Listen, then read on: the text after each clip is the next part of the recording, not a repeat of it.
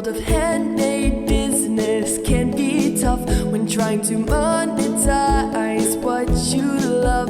We've got truth bombs and motivation to help you find your way through.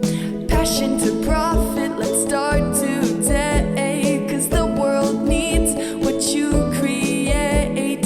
Tune in right now, it's your shot to learn how to be a handmade boss. Hello everyone and welcome back to the How to Be a Handmade Boss podcast. Now, I haven't done my tagline in a little while, and all kind of branding advice that I give would always say, live, eat and breathe your branding tagline. So here goes. This is the place to be if you want to start, scale and grow a handmade business to consistent 4 and 5 figure months on Etsy and your own website. And not only that, you want to build a legacy business that's going to withstand the test of time. So there we go. There is my branding tagline. I said it. Yay.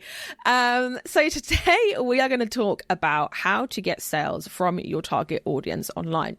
Now, in a previous episode, I talked about how to find your target audience as a handmade business owner. So if you haven't listened to that, I would 100% say, even if you think you've got your target audience down to a T, please go and listen to it, because you'll probably learn something new. And it's a kind of nice prerequisite to this episode. Okay, so go and have a little listen to that first. All right. So in that previous episode, obviously we talked a lot about how to find these people, what it means to have this right, what it means to have this wrong, and what that might look like for you. And I gave you 3 ways to find your target audience. Okay. Now in this episode, I want to talk more about, once you have that down, once you understand who that is, how do we get them in? And in that episode, I did talk a lot about the idea of marketing. Okay. And when I say, hey, you have to market your handmade products, what's your immediate reaction? Because when I ask this on lives, I tend to get a mixed bag of, ugh, no, or, oh, that sounds scary, or I'm too overwhelmed to even start thinking about that, or I don't even know where to start, or how do I do that? A lot of people have this feeling of dread, this knot in their stomach, this pit in their throat, and they clam up and they think, oh, well, you know, maybe if I make enough products, eventually the marketing will just happen. And unfortunately, that's not how it works. Very, very rarely do I come across a shop that has a product problem. A lot of people will come to me and say, Steph, I just don't think my products are any good. I don't think people want to buy what I sell. No one's picking up what I'm putting down. And I just think I need to just start again, or I need to do a complete pivot, or I need to just completely reinvent things. Okay. And I hate to break it to you, but 9 times out of 10, that's not the case. Very, very rarely do I come across a shop that I think, yeah, I agree with you. I think you need to revamp things. 9 times out of 10, it is a marketing problem where people will make, do all the shiny object things because they love to create. We're all creative beings, right? But then when it actually comes down to marketing the damn stuff, they're like, oh, I'm not really sure what to do. Or maybe I'll put the odd post out on social media, or, oh, I haven't posted a story in a long time. Maybe I should do that. Or, I hear reels are a thing. I'm going to do that. Post one reel and then never do anything else again. And if this is you, this is the episode for you to kind of listen up, okay? Stop what you're doing and listen up, okay? Because when we hear the word marketing, a lot of you have this image in your head of a white goods salesman, like washing machine, oven, I don't know, all that kind of stuff. The kind of guy that you'd find maybe in a computer shop. So if you're in the UK, PC World and Currys kind of comes to mind. They can be quite pushy in there. Or you might think of a used car salesman where she's very, oh yeah, you know, we're going to do this and we're going to do that, and it's only £300 a month. A lot of you have probably had some experience in some way, shape or form of a pushy salesperson. And obviously it's kind of left a mark, because would you go back to a place where, you know, you've had pushy sales tactics in the past? No, of course you wouldn't. Okay. So for that reason, a lot of you are so reluctant to market, and you're so reluctant to sell yourself and sell your products because you're thinking, well, I don't want to come across like that person once that did this to me and I haven't forgotten it. And it was a really icky story. But a lot of you will consider marketing as a push thing. You're pushing people towards your brand. You're pushing people towards your business. You're pushing people towards your product. And that is simply not true. Push is the wrong way to market. What we want to do instead is attract people to us, okay? And attraction marketing is really something, and I say something we all need to do. It's the only way to really do it, okay? So the next time you think about marketing, think about it as attraction. You're going to attract the right people if they are right for you, but if not, you're just not going to attract them. And that's okay. That's fine. That's actually very, very normal. Okay. So I just want us all to, when we think about marketing, think of attraction. It's a bit like dating sites, I guess, where you are creating a profile, you're putting it out there, but you're not exactly going out there and pushing people towards it and saying, look at it. You're just attracting the right people. Marketing is the same thing. So I just wanted to get that down first, because I know that a lot of people will be like, oh, marketing, I'm not really sure. It's attraction. It's attracting the right people. And if you listened again to my last episode where I talked about target audience, you will know that if you have all those things down, this is going to be easy, because you are naturally going to attract the right people. Like I said, your target audience is the foundations of your house. It underpins everything that you do. Okay. And do not do anything else in business before you have your target audience down. Okay. So how do we actually attract the right people to us? I can hear a lot of you are like, yeah, Steph, yeah. Okay. But how do I actually get people to find me, to like me, and to buy my products? There's 3 kind of ways that I really want to go over in today's episode. So the first one is storytelling. Okay. Now, you are more than likely your own target audience, or a previous version of you is. So you actually have the best first-hand knowledge of understanding exactly what your target audience is going through. So this is where I really like to hit on that emotional level and tell stories. I love it when I see product-based business owners talking about their own story, talking about why they do what they do. And I know it can be really uncomfortable to talk about ourselves, and I get it. It can be really like, oh, I'm not really sure. But if you're trying to attract that person, you telling your story is going to unlock this new level of trust. It's going to prick up the ears of people who are just like scrolling and passing by. It's going to repel the people that don't really vibe with it. But it's also going to get your point of expertise across in a very easy, organic way.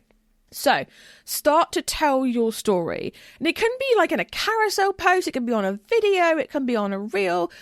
I think I've probably told my story. I've lost count now, to be honest. Over the years, I've probably told it about 100 times. But every single time I tell it, people have this new layer of trust with me, because they understand that I have been where they are. And the more descriptive, the more in-depth you can get with this, the bigger chance you have of attracting people that are in that space where you were now. Okay? So really tell your story. And it doesn't really matter where you do this, if I'm being completely honest. You can do it over email, you can do it over social media, you can do it in Facebook groups, you can do it in communities. Just showing up and telling your story is a really kind of low barrier to entry way of doing this. The second thing is being open and real. How many times have I gone on to social media of XYZ and I've not seen nothing about themselves? I've not seen nothing about who they are. A lot of the times I don't even really see their face. And it's like, how am I? Let's just break it down here. E-commerce online, you are finding something, you're looking at a picture of it on a screen, and parting with actual real cash money in the hopes that you're going to get that thing that you've seen. And in your imagination, it looks a certain way. And sometimes when you get it, it doesn't look that way. And then, obviously then we come into problems. Every single person that is buying from you has probably been burned before. Let's be honest. We've all been scammed. We've all been scammed with the product probably not even getting to us, being the wrong size, being the wrong color. So you really can't expect people to trust you and to part with their hard-earned money if you aren't being open and if you aren't being real, okay? Because you're just exchanging money in exchange for a product with a faceless corporation, and they've already built up the trust. Because I know that a lot of you are going to be like, well, what about Starbucks? Like, they don't have a face to it. First of all, they do, and second of all, they've built up that trust factor. They have a lot of in-person coffee shops that are designed to build that trust. They're designed to be welcoming and open and real and down to earth, and also they tell a story as well. So it's really, really easy, I think, sometimes for all of us to assume, okay, I run a business, all of my posts or all of my emails or all of my marketing, all of my touch points really should be very professional, very businesslike, very this, very that. And honestly, I want every single one of you now, and not for any reason, but I want you to go onto my own Instagram profile, and that's at Handmade Bosses. You could do my Instagram profile, you could do my Facebook group, you could do my YouTube channel, podcast, obviously, whatever you want to do. But just go on to that and just imagine that I had never shared anything about myself. I had never been honest. I had never been truthful. I had never been real. I had never been down to earth. I had never shown my face. I'd never done video. I'd never, done pictures, anything. Would you trust me right now? Would you be here listening to what I have to say and actually taking it on board? No. You'd probably just assume that I'm just some other, Etsy chick that's talking out my bum and probably just gone, yeah, okay, it sounds nice, but whatever, right? It just goes to show it's not what you're selling. It's not the content that you are putting out there, but it's how open and honest and real that you are with it and how down to earth that you are with it, okay? So be open and real in your posts, in your feeds, in your marketing. I see a lot of people agonizing with, should I put we, should I put I? Honestly, it doesn't really matter that much. I interchange the two because obviously I have a team behind me, but also I am the head of the business. So I do both. And sometimes it feels like an I moment. Sometimes it sounds like a we moment. But don't say we if it's just you. I don't know. I just feel like we insinuates that you're just some business that doesn't really care. I don't know. I'm very undecided on it, if I'm being honest. If it's a we moment, say we. If it's an I moment, say I, right? But I just feel that not enough of us are being authentic. We're being open. We're being honest. We're talking about our struggles. We're talking about the ups and downs. We are just being a real human being. Now, obviously, there is some level of, oh, Steph, I don't want to share everything, but I also want to share something. With this, I really feel like just do it in stages. Share one little thing. Share you had a dodgy school run this morning. You had a funny drive to work. Your lunch was horrible. Just share something little. And then gradually over time, you'll get used to the fact that people are not as mean as you think they are. I have gotten trolls in the past, and honestly, I just block them and laugh and move on with my life. If you're worried about people that you know finding you, you can actually limit what people can see when it comes to social media. And if it's anything else, just block them or remove them from your list. It's quite a simple fix for this, okay? The third thing is be helpful, all right? So I had a question the other day on one of my lives where someone was like, I'm in lots of Facebook groups, but I'm just not getting any traction. I don't really understand how I'm supposed to reach people. And my answer was, you are not supposed to just show up in a Facebook group and spam links and just continuously post stuff for people to buy. The whole idea of a community is to foster connection, okay?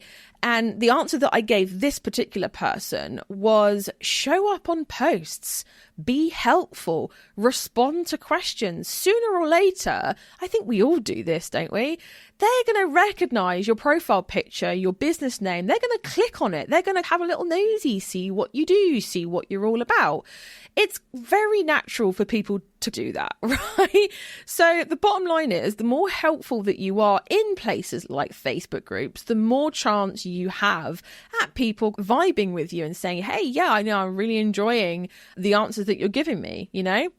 But also, this is not just for Facebook groups either. You know, that was just that example of that particular person asking that question. But it's also just be helpful in your marketing. If you look on my Instagram profile, Facebook, Pinterest, everything, I'm always helpful. I'm always coming at it from a place of what can I give here? What can I be helpful about?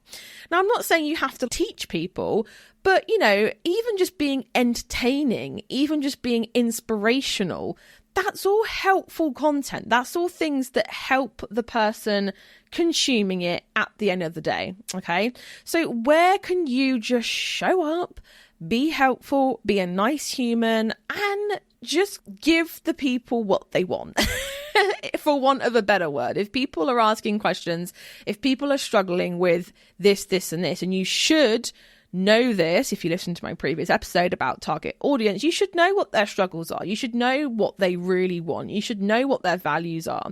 So being helpful to speak to that person is the same thing. It is really honestly like going on a date. Okay, you would not show up to a date and know absolutely nothing about that person. You're going to know a little something, okay? You're going to kind of maybe know, I don't know, what they like to do, what they do for a living, what their name is, what their age is. But when you show up to the date, it could be a blind date, it could be a first date, whatever. When you show up, you are going to be like, right, I want you to tell me about your job, tell me about your day-to-day life, what car do you have, And naturally, you're going to ask questions. You're going to almost mold yourself to be more attractive to that person. I mean, so I'm told that's what you're supposed to do on a first date. I've only ever been on a couple.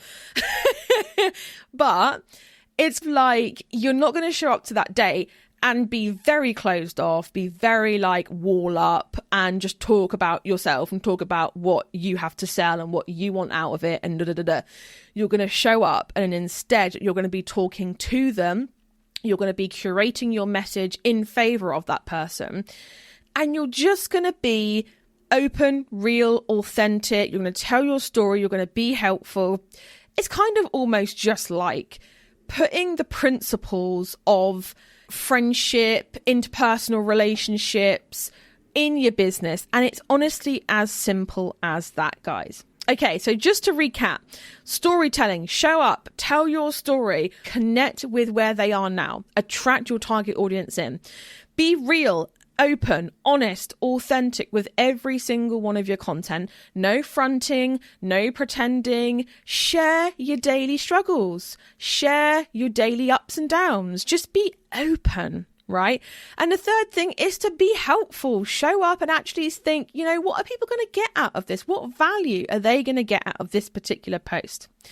Okay, guys, I really hope that you enjoyed that episode, especially partnered with my previous one where I talked about how to find your target audience. But for now, guys, I will catch you in the next one. Thank you so much for tuning in to How to Be a Handmade Boss. And if you're eager to boost your Etsy sales within just 7 days, then be sure to join my most popular free training at handmadebosses.com/conversion. You can also find the link in the show notes as well. Keep an eye out for our next episode where we'll be continuing our journey towards handmade business success together. And until then, keep crafting and stay inspired because the world really does need those special creations that only you can make.